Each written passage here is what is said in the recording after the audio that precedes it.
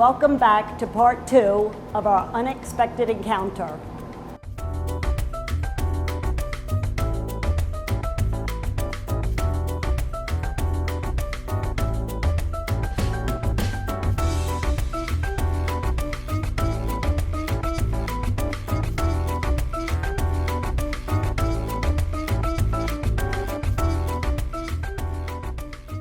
Okay, so my next appetizer is braised artichoke hearts. I saw this on one of Giada De Laurentiis shows years ago, and I've been making it, I would say, for at least 15 years. Get the frozen artichoke hearts, let them thaw out. If you get them in a bag, just hold the bag over the sink and just squeeze as much of the moisture out of the bag as you can. Then just set them in a bowl. Then you're going to chop some garlic. It's all a matter of taste, how much garlic you like. So 3-4 cloves.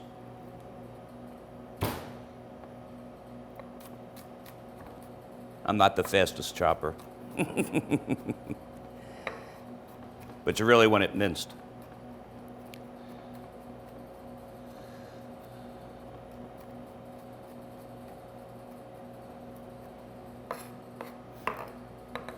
So even though we're getting ready for Thanksgiving, and that word Eucharist that we use for the Blessed Sacrament means Thanksgiving. And when you think about a lot of the encounters that Jesus had in his ministry, where were those encounters? The encounters were basically around food. One of my favorite stories in the Gospels is the feeding of the multitude. And it was there that, Jesus was really trying to have the people who were following him. Here they just witnessed one of the greatest miracles, the feeding of 5,000 people. And it's mind-boggling. And then when Jesus starts to go on to explain later in the Gospel of St. John the meaning of the Eucharist, where he says, "You who eat my flesh and drink my blood remain in me and I in you. You I will raise up on the last day." And, many people followed him, but when he got to that discourse about the bread of life, we hear many people walked away. Why? Because they really couldn't grasp that idea of what was to happen at the Last Supper, when Christ shared that most intimate meal with those disciples, with that chosen band. But that he continues, that living presence among us in that gift of the Eucharist. Every time we come to Mass, and especially on Sunday to celebrate that day of the resurrection, that we realize all the more how Christ is always with us. Jesus never abandons us. It's only us sometimes and our hardness that we're the ones who go away from Jesus. But there again, even today, as we celebrate the beautiful solemnity of All Saints, the saints were human, just like us. They fell, but it was always in that grace and that mercy of forgiveness, of Jesus, that he picked them up again. So let's all try to be saints. All right, so I'm going to take a little olive oil. Drop it in the pan, about a 1/4 cup.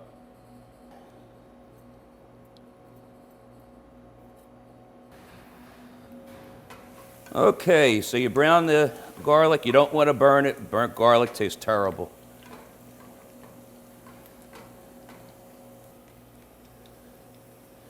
You can add the artichoke hearts. The thing I like about these pans is that you can cook on the stovetop, and then when it's ready to go in the oven, just be careful. Make sure you have that oven mitt ready. So you really want to try to get a nice caramelization on both sides of the artichoke hearts. And when they're browned on both sides, I'm going to put some breadcrumb. I like the panko breadcrumb to go on top, and then drizzle a little bit. I'm sorry, got to back up. So when these are browned, you're going to add some chicken stock. Then when the chicken stock reduces, then add the breadcrumbs, a little olive oil, and then you stick it in the oven for about 20 minutes, 350, about 20 minutes. All right, so the artichoke hearts, look, they have a nice caramelization going on. So you're going to take about 1/3 of a cup of chicken stock, add that in the pan, and you're going to let that reduce. It takes a couple of minutes. Okay, so you can see the chicken stock's reduced. You can use broth or stock, doesn't matter. Then you're just going to take some breadcrumbs and sprinkle them around the top.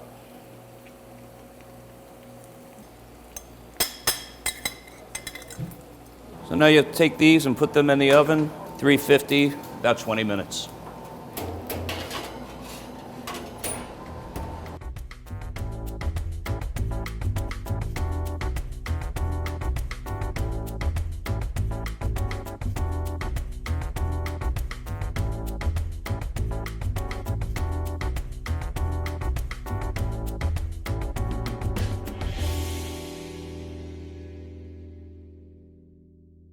So one of my favorite Christmas presents last year was from my sister. She gave me the Vatican cookbook.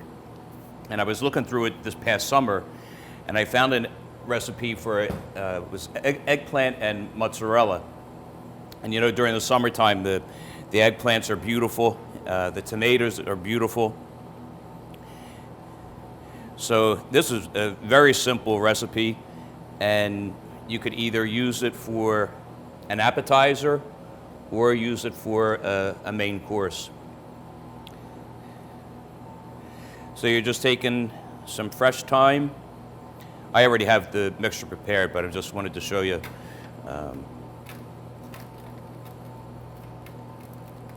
So you take about a tablespoon of rosemary and thyme.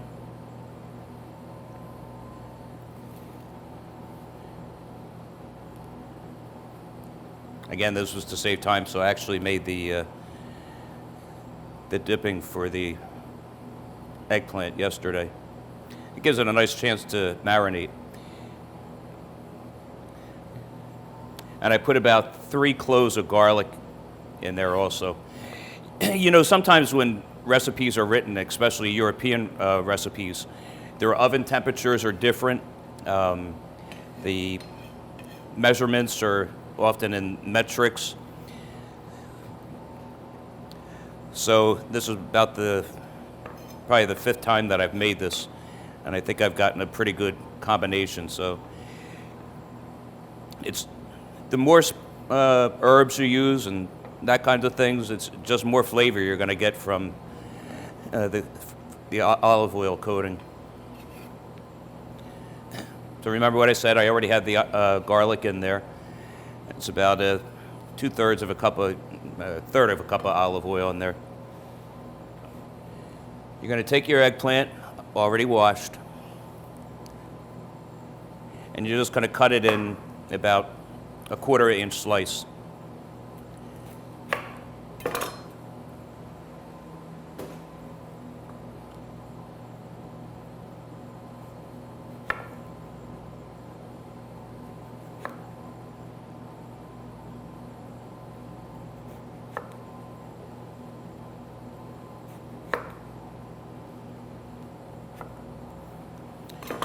Okay, so I have here, Deacon Peter Traum is going to take 5 eggs.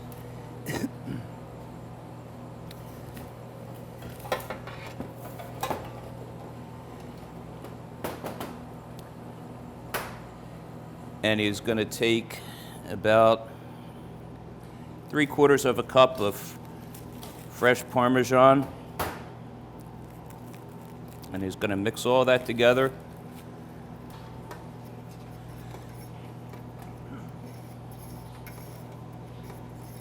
I also throw into this olive oil mixture you see some of those Italian grinders, the herb mixtures that are in the grocery store.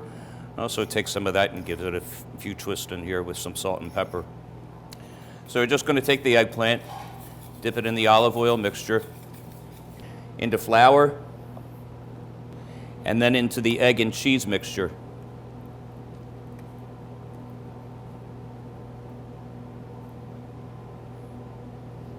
Then back into the flour. I like to do about 4 of them first and then get the vegetable oil heated up in the pan before I start frying.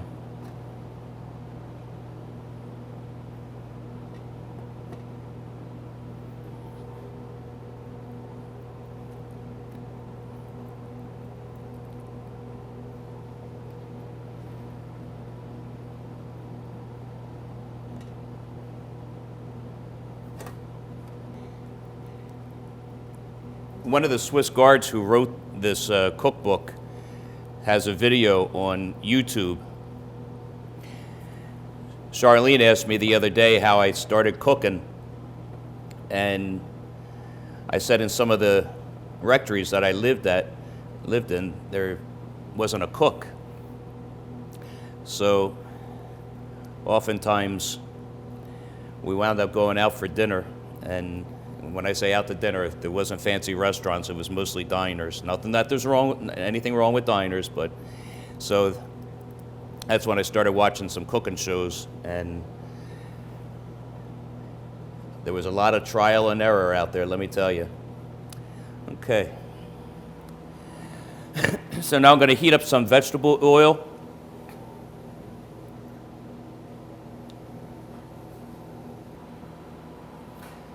Okay, so you want to get the oil nice and hot.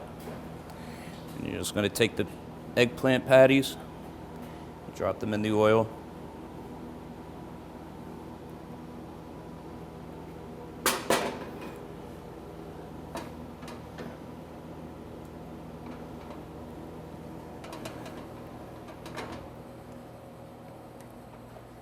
So I got 15 slices out of that one eggplant. So I did 6 in the first batch. It's probably advisable to change the oil after the first batch. And then we're going in for the second. So we're going to taste like 5 minutes on each side as the eggplant's cooking. Then you're going to take a couple of tomatoes and slice them, again, not quite a quarter of an inch thick. And take fresh mozzarella and also cut that into strips. Slices. Then when the eggplant is all finished, I'm going to take some sea salt and sprinkle it over the eggplant cutlets. Then I'm going to top it with a slice of tomato and a slice of the fresh mozzarella. Goes in the oven 325, 350 for about 10-15 minutes, really just until the mozzarella has melted. Okay. And you're just going to take some fresh basil, give it a quick chop.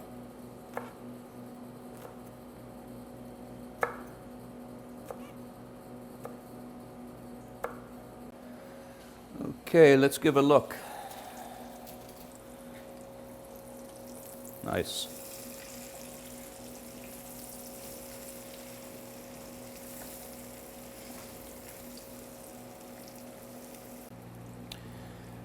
Okay, so we're ready to take the eggplant, the second batch, out of the frying pan.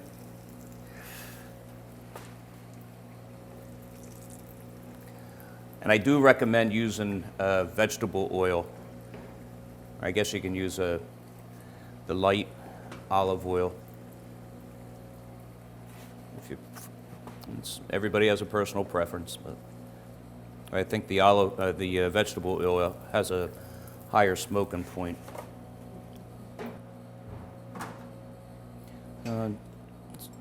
Just going to take some fleur de sel, sprinkle it on top.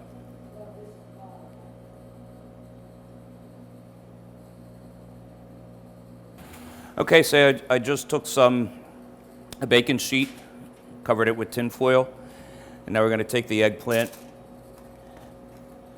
place it on the baking sheet.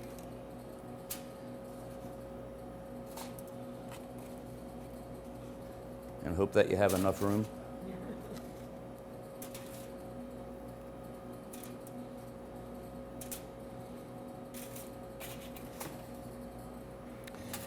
Now you're going to take a slice of tomato. Look at those beautiful tomatoes. Wow.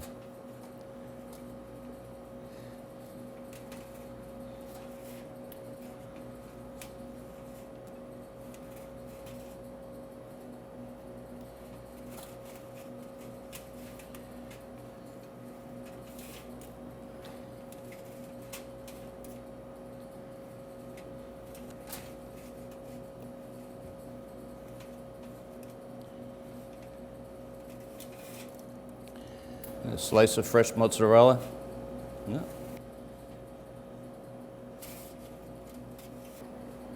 This will go in the oven, 325, about 15 minutes, just until the mozzarella melts.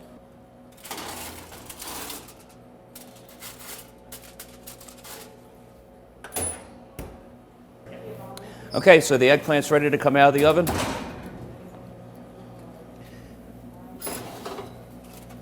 Nice. Now we're going to plate her up.